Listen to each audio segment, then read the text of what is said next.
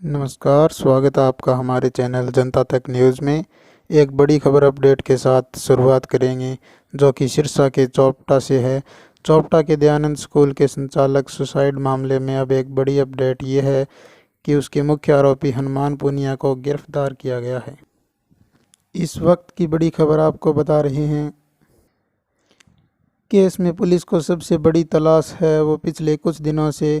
इस आत्महत्या केस के बाद पुलिस जब भिरानी पुलिस थाना राजस्थान पुलिस में केस दर्ज किया गया था, उसके बाद लगातार तमाम स्कूलों के संचालक पुलिस के समक्ष पेश हुए थे और इसके साथ विधायक बलवान पूनिया से भी मुलाकात की गई थी। खबर ये चल रही है कि उन्हें हनुमानगढ़ क्षेत्र से गिरफ्तार किया गया है, मगर अभी भी पुलिस को 4 अन्य आरोपियों की तलाश है, लेकिन मुख्य आरोपी हनुमान पूनिया अब पुलिस की कस्टडी में है,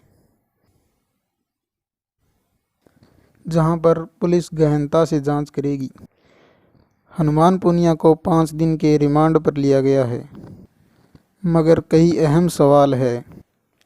अब पुलिस के सामने इस सुसाइड की गुत्थी को सुलझाने के लिए, चूँकि जो बड़े गंभीर आरोप रविंद्र गोदारा की तरफ से अपने सुसाइड नोट व उनके द्वारा जो वीडियो जारी किया गया था उनमें लगाए गए थे, सवाल ये है कि अब पुलिस क्या हनुमान पूनिया के फ़ोन कॉल की भी ट्रेस करेगी। सबसे अहम बात कि पिछले एक सप्ताह से एपिसोड में, खासकर जब दयानंद स्कूल के परिणाम की कवरेज हो रही थी, पुलिस ये भी सुराग जुटाने की कोशिश करेगी कि आखिर मृतक रविंद्र गोदारा की हनुमान पूनिया के साथ कितनी बार बातचीत हुई थी। इसके अलावा हनुमान पूनिया की भी फ़ोन कॉल से रविंद्र गोदारा के साथ पिछले एक सप्ताह या 15 दिन के भीतर कितनी बार फ़ोन पर बात हुई और वह कितने मिनट कॉल की गई, उनकी दूसरी बात है। पुलिस अब रविंद्र गोदारा के फ़ोन की तलाश में भी जुटी है। इसके माध्यम से भी पुलिस अहम सुराग तक पहुंच सकती है, क्योंकि रविंद्र गोदारा की तरफ से अपने सुसाइड नोट में और वीडियो क्लिप में ये बोला गया था कि उनके खिलाफ न सिर्फ ये यूट्यूबर की तरफ से उन्हें प्रताड़ित किया गया है, बल्कि एक अन्य षड्यंत्र भी उनके खिलाफ साजिश तैयार हो रही थी। अब पुलिस को इस सवाल पर जवाब बेहतर तरीके से हनुमान पूनिया दे पाएंगे। क्या हनुमान पूनिया को इस बात का पता है आखिर वो कौन सी बड़ी साजिश थी जिसका शिकार जो रविंद्र गोदारा हो सकते थे। दूसरी अहम बात है कि एक वीडियो क्लिप में अपना पक्ष रखते हुए रविंद्र गोदारा की इस मौत पर खेद व्यक्त करते हुए हनुमान पूनिया ने भी कहा था कि वो भी इस पर दुख प्रकट करते हैं और इनकी आत्महत्या के बाद, लेकिन उन्होंने साफ कहा था कि ऐसा न हो कि मुख्य आरोपी छूट जाए और हनुमान पूनिया को ही इसमें फंसाया जाए। मगर अब सवाल ये भी है कि क्या हनुमान पूनिया को भी उस आरोपी के बारे में या फिर उस षड्यंत्र या साजिश के बारे में पता है जिससे रविंद्र गोदारा सबसे ज़्यादा प्रताड़ित हुए थे। अब पुलिस को यह भी तलाश रहेगी आखिर हनुमान पूनिया की पिछले एक सप्ताह या 2 सप्ताह के भीतर किन किन लोगों के साथ कॉल पर बात हो रही थी। वो बात जिन लोगों के साथ हो रही थी, क्या उनका कनेक्शन भी कहीं न कहीं रविंद्र गोदारा के साथ था, या फिर तीसरी थर्ड पार्टी ऐसी कौन थी जो इन दोनों के बीच में कहीं न कहीं मीडिएटर का काम कर रही थी। पुलिस ये भी तलाश करेगी तमाम वीडियो क्लिप को देखकर आखिर हनुमान पूनिया की स्कूल में एंट्री कैसे हुई। हनुमान पूनिया को सबसे पहले वो कौन शख्स था जिसने रविंद्र गोदारा के खिलाफ तमाम साजिश रची और हनुमान पूनिया की वहाँ पर एंट्री हुई। क्या कभी फ़ोन कॉल्स पर भी हनुमान पूनिया की तरफ से रविंद्र गोदारा पर कोई दबाव बनाया गया।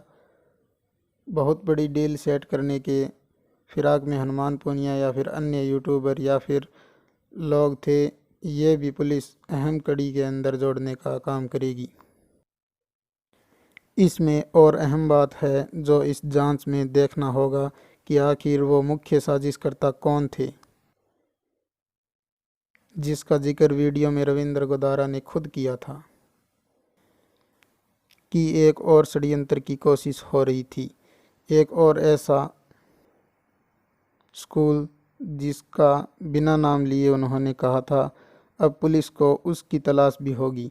अगर स्कूल किसी का षड्यंत्र उसमें शामिल है तो वह भी उसकी बात क्या हनुमान पूनिया के साथ हुई थी?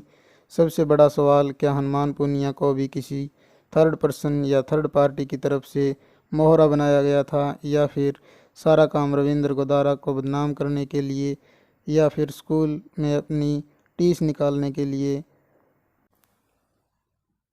क्या किसी अन्य पार्टी की तरफ से हनुमान पूनिया या फिर दूसरे यूट्यूबर्स को भी इसका सहारा लिया गया था? लेकिन अब यश भांबू सहित तमाम अन्य आरोपियों की भी पुलिस को तलाश रहेगी। कई अहम सबूत है जो पुलिस जुटाने की कोशिश करेगी। पूरी सीन है जो पुलिस क्रिएट करने की कोशिश करेगी। आखिर रविंद्र गोदारा को इस कदर इस सीमा तक पहुंचना पड़ा कि उन्हें आत्महत्या यानी अपनी जान गंवानी पड़ी। अब पुलिस को इन तमाम सवालों के जवाब खंगालने होंगे। कहीं न कहीं अब हनुमान पूनिया भी इसमें मुख्य सूत्रधार के तौर पर पुलिस की मदद कर सकते हैं ताकि इस राज से पर्दा उठाया जा सके। अब देखना होगा कि राजस्थान पुलिस इस पूरे मामले को किस तरीके से पैरवी करती है। आखिर कब तक बाकी बचे आरोपियों की गिरफ्तारी पुलिस कब तक करेगी?